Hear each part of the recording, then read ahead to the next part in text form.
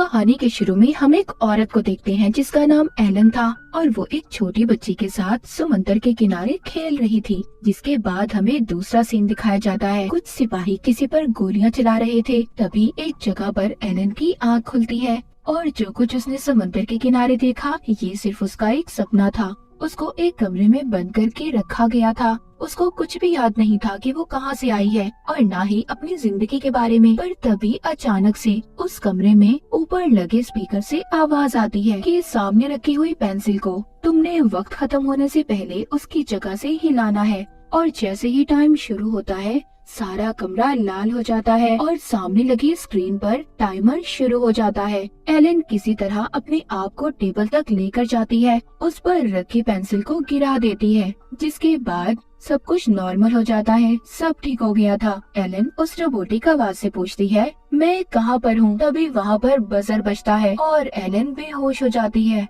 तभी उसे एक सपना आता है जिसमें वो समंदर के किनारे रेत को देखती है। ये सब देखने के बाद दोबारा से होश में आ जाती है,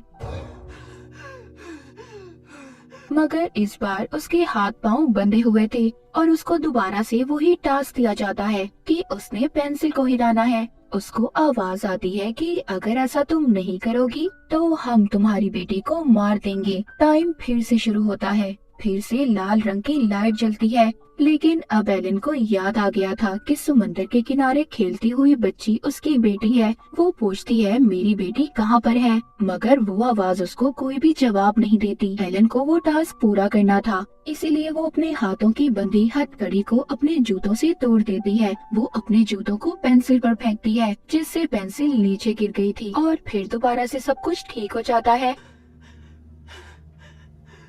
एलन फिर से बेहोश हो गई थी। उसको फिर से सपना आता है, मगर इस बार उसको सब कुछ सही दिखाई दे रहा था। उसकी बेटी गाना गा रही थी। वो एलन को भी अपने साथ गाना गाने का कहती है। वो जब उसके साथ गाना गाती है तो गाती हुई सो गई थी, जिसके बाद उसकी आँख इस कमरे में खुली थी जहाँ पर सब कुछ उसके साथ अजीब हो रहा था, मगर इस बार उसके हाथ पाँव खुले थे। वो इस कमरे में दरवाजा ढूंढ रही थी, पर यहाँ पर तो ना कोई खिड़की और ना ही कोई दरवाजा था। टेबल पर खाना भी रखा हुआ था जो काफी अजीब था। एलन वो खाना खा लेती है। वो जब प्लेट में अपना अक्स देखती है तो उसको ये सब कुछ काफी अजीब लग रहा था। वो उस आवाज से पूछती है क्या किया है तुमने मेरे साथ और यहाँ पर क्यों रखा है मुझे, मगर उसको कोई जवाब नहीं आता। एलन रोने लगती है और फिर रोते हुए सो जाती है। उसको दोबारा से वही समंदर के किनारे का सपना आता है, लेकिन वो जल्द ही जाग जाती है।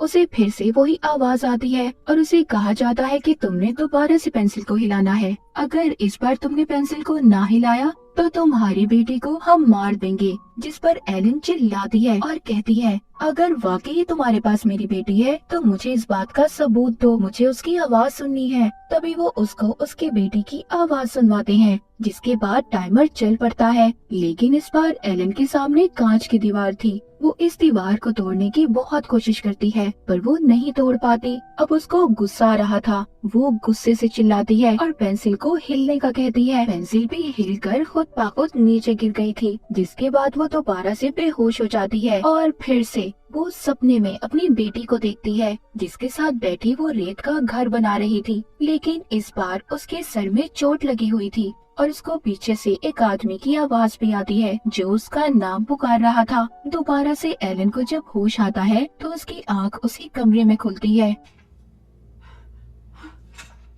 इस बार उसको कुर्सी पर बांधा हुआ था और उसके सामने एक आदमी भी था। एलन के सर पर बिल्कुल वैसी ही चोट लगी हुई थी जैसी उसके सपने में थी। वो आदमी एलन के पास आता है, पर वो ये समझ रही थी कि शायद यही वो आदमी किडनैपर है जिसने इसे यहाँ पर कैद किया हुआ है। वो उसको धक्का देती है, पर वो आदमी बताता है कि मैं तुम्हारा हस्बैंड हूँ, रॉजर नाम है मेरा। तभी एलन को सब याद आता है। वो अपने हस्बैंड से कहती है जिसने भी हमें यहाँ पर कैद किया हुआ है उन लोगों के पास हमारी बेटी है। अगर हमने उनके काम ना किए, उनकी बात ना मानी तो वो हमारी बेटी को मार देंगे। पर तभी अचानक से उस रोबोट की आवाज आती है जो दोबारा से इनको पेंसिल हिलाने का कह रहा था। इस बार पेंसिल रॉजर उठाता है, पर आवाज आती है नहीं, ये काम सिर्फ एलन ही पूरा करेगी। अब एलन कैसे करती, उसको तो बांध कर रखा हुआ था। रॉजर पूछता है तुम कैसे करने वाली हो? इस पर एलन कहती है मैं ये काम बहुत बार कर चुकी हूँ। यही काम ये लोग मुझसे बार बार करवा रहे हैं, पर अलग अलग तरीकों से। यही बात करते हुए दोबारा से इनके दरमियान बहस शुरू हो जाती है। तभी एलन बहुत जोर से चिल्लाती है और पेंसिल के 2 टुकड़े हो जाते हैं। ये देखकर तो रॉजर काफी हैरान था और खुद एलन भी। उसके कानों से खून भी आने लगा था। वो जैसे हर बार टास्क पूरा करने के बाद बेहोश हो जाती थी, इस बार भी उसके साथ ऐसा ही होता है। वो अपने सपनों में इस बार अपने हस्बैंड रॉजर को देखती है, जो गुस्से से उसकी तरफ देख रहा था। जिसके बाद दोबारा से उसकी आंख खुलती है। इस बार कमरे में उसके और रॉजर दोनों के लिए खाना रखा हुआ था। रॉजर उससे कहता है मुझे लगता है एलन तुम्हारे पास कोई खास शक्ति है, कोई खास ताकत है। तुम्हें याद है जब तुम उससे गुस्सा होती थी, लड़ती थी, तो तुम्हारे चीखने से घर की चीजें टूट जाती थी। तुम्हारे अंदर जरूर कोई खास बात है। जिसके बाद रॉजर उसको पीने के लिए पानी देता है और फिर वो जमीन पर ही लेट जाती है। रॉजर उससे पूछता है क्या तुम्हें कुछ याद है, मगर वो कुछ भी नहीं बताती। जब वो उसके लिए खाना लाता है तो एलन उस पर चिल्लाती है। उसके हाथ से खाना दूर जाकर गिरता है। रॉजर भी काफी हैरान था। तभी दोबारा से उसकी आंख लग जाती है और वो सपने में देखती है जिसमें उसकी बेटी उससे कह रही थी आप बार बार कहाँ पर जाती हैं? वो अपनी बेटी से कहती है मैं अब कहीं नहीं जाऊंगी, तुम्हारे साथ ही रहूंगी। पर इस बार उसकी बेटी गायब हो जाती है। वो उसको आवाज लगाती है, बुला रही थी, पर वो उसे कहीं नहीं मिलती। जैसे ही उसे होश आता है, इस बार उसको कमरे में कुर्सी से बांधा हुआ था जो जमीन से जुड़ी हुई थी। यहीं पर रॉजर एलन के सर में लगी हुई चोट को देखता है, जिसे देखकर उसे पता चलता है कि उसके सर में कोई चीज लगी हुई है। तभी आवाज आती है। इस बार उसको नया टास्क दिया जाता है जिसमें उसने टेबल पर रखी हुई बॉल को बाल्टी के अंदर डालना था, पर टेबल भी जमीन से जुड़ा हुआ था। रॉजर कहता है देखो तुम्हारे पास ताकत है, उसका इस्तेमाल करो और टेबल को तुम जमीन से अलग कर सकती हो। एलन अपना पूरा ध्यान लगाती है।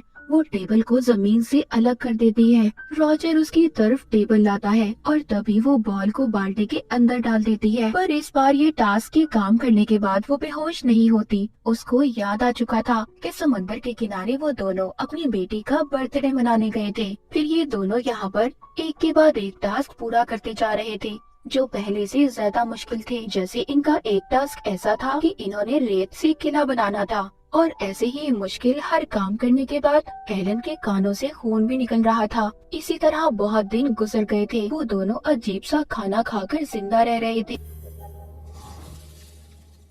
एक दिन एलन को टास्क दिया जाता है कि वो बंदूक के सारे हिस्सों को एक एक करके जोड़े, पर एलन इसको ठीक से नहीं कर पा रही थी। इस बात पर रॉजर उस पर गुस्सा करता है। एलन को भी उस पर गुस्सा आ रहा था और अब गुस्से में वो उस बंदूक को जोड़ लेती है और बेदयानी में रॉजर पर गोली चला देती है, पर वो गोली लगने से पहले हवा में ही रुक गई थी। तभी सब कुछ ठीक हो जाता है और एलन बेहोश होकर दोबारा से अपने सपने में चली जाती है, जहाँ पर अब उसकी बेटी ने रेत से किला बना दिया था, पर रॉजर ने आकर उसे खराब कर दिया था। कहता है मुझसे गलती हो गई। तभी एलन जाग जाती है। अब वो दोबारा से उसी कमरे में थी जहाँ पर बैठकर वो रॉजर के साथ खाना खाती है। एलन रॉजर को बताती है कि मुझे अपनी पुरानी जिंदगी के बारे में कुछ याद नहीं, जिस पर वो बताता है तुम एक टीचर थी और मैं एक सिंगर, लेकिन हमारी बेटी के पैदा होने के बाद मैंने ये सब कुछ छोड़ दिया था। वो अपनी जिंदगी की हसीन यादों को याद करके मुस्कुराने लगते हैं और एक दूसरे से लड़ाई की माफी भी मांगते हैं। इसी तरह बातें करते करते एलन सो गई थी। इस बार वो सपने में देखती है उसको रेत में से रॉजर की अंगूठी और अपनी बेटी का जूता मिलता है और यहीं पर उसकी आंख खुल जाती है। इस बार उसके सामने रॉजर को एक कांच की दीवार के पीछे खड़ा किया गया था। उसके अंदर रेत गिर रहा था, पर एलन कुछ नहीं कर पाती। वो अपना ध्यान नहीं लगा पा रही थी। यहीं पर वो अपनी पिछली यादों को भी सोच रही थी, इसीलिए वो इस टास्क को पूरा नहीं कर पाती और देखते ही देखते रॉजर उस रेत में दफन हो जाता है। जिसके बाद आवाज आती है तुमने अपना टास्क पूरा नहीं किया। एलन को बहुत गुस्सा आ रहा था और गुस्से में वो तेज आवाज से उस स्पीकर को भी तोड़ देती है जिससे आवाज आ रही थी। तभी उधर एक दरवाजा खुलता है जिसमें से 3 सिपाही आते हैं। लेकिन एलन अपनी ताकतों से उन्हें भी मार देती है। फिर यहाँ से बाहर आती है, वो देखती है उसने 298 टास्क पूरे किए थे। तभी वहाँ पर और भी बहुत से सिपाही आते हैं, मगर इस बार एलन अपनी ताकतों को सही से इस्तेमाल करना सीख गई थी। वो उन सभी को मार देती है। जब वो बाहर आती है तो उसे 3 दरवाजे नजर आते हैं और उधर ही रॉजर भी मिलता है। जब ये उसके पास जाती है तो वो इसको बताता है, तो वो एक दरवाजे की तरफ इशारा भी करता है, कहता है सब मेरी तरह है। जब एलन उस दरवाजे को खोलती है, उसमें से रॉजर जैसा ही हम शक्ल बाहर आता है। तभी उधर और भी सिपाही आ गए थे, वो भी सभी एक ही शक्ल के थे। एलन उन्हें भी मार देती है और फिर एक कमरे में जाती है जहाँ पर उसे रोबोट की आवाज आ रही थी कि तुम्हारी बेटी मर चुकी है। ये सुनकर एलन अपने कंट्रोल से बाहर हो जाती है और जोर से चिल्लाती है। वो लोग जिन्होंने इसे कैद किया हुआ था, इसके पीछे लगी डिवाइस को बंद कर देते हैं जो यादें मिटाया करती थी। मतलब ये था कि उसके सर के पीछे जो चोट लगी हुई थी वो दरअसल एक डिवाइस थी जो उसके दिमाग में फिट की गई थी। यहाँ पर एलन को सब याद आता है कि उनकी बेटी का बर्थडे था। वो सभी मिलकर समंदर के किनारे घूमने गए थे, लेकिन इसी बीच रॉजर की उसके साथ लड़ाई हो गई और गुस्से में रॉजर ने उस पर हाथ उठाया था, जिस वजह से वो गुस्से से चिल्लाई और उसके इतने जोर से चिल्लाने की वजह से रॉजर और उसकी बेटी की मौत हो गई। अपनी फैमिली की मौत की वजह वो खुद थी। दरअसल एलन के पास खास ताकतें थी। वो आवाज इसको ये भी बताती है कि जितने भी टास्क तुमने किए सभी तुम्हारी ताकतों का टेस्ट था। तुम्हारे सामने एक दरवाजा है जहाँ पर जाने के बाद तुम सब कुछ भूल जाओगी। पर एलन कहती है नहीं, मैं अपने हस्बैंड और बेटे की यादों में रहना चाहती हूँ। मैं ये सारे टास्क फिर से करूँगी। फिर एलन को वही सपने आते हैं और फिर से उसकी आंख उसी कमरे में खुलती है, पर पहले का उसे कुछ भी याद नहीं था। फिर से उसे पेंसिल हिलाने का टास्क दिया जाता है। मूवी के आखिर में हमें बताया जाता है कि एलन यहाँ पर क्यों थी और ये आवाज किसकी थी। ये जगह एक खुफिया ऑर्गेनाइजेशन थी। इनको तब पता चला जब एलन ने अपनी ताकतों से अपनी फैमिली को मार दिया, जिसके बाद ये लोग इसको यहाँ पर ले आए ताकि यहाँ पर रहकर ये अपनी ताकतों को कंट्रोल कर पाए, ताकि आगे की जिंदगी में इसकी वजह से कोई नुकसान में ना हो, इसके आसपास के लोगों को कोई तकलीफ ना हो। और इसी के साथ ये मूवी यहीं पर खत्म हो जाती है।